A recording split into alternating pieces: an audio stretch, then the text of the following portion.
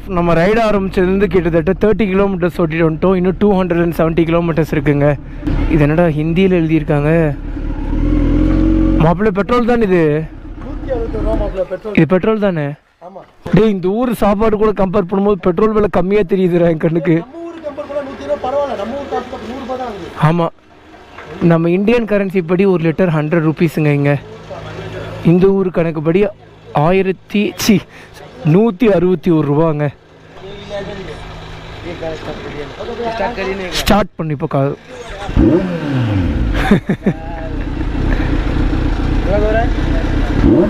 Already ஒரு 2 point petrol இருக்குங்க. பார்ப்போம் டேங்க் ஃபுல் பண்ணால் எவ்வளோ வருதுன்னு சொல்லி பார்ப்போம்.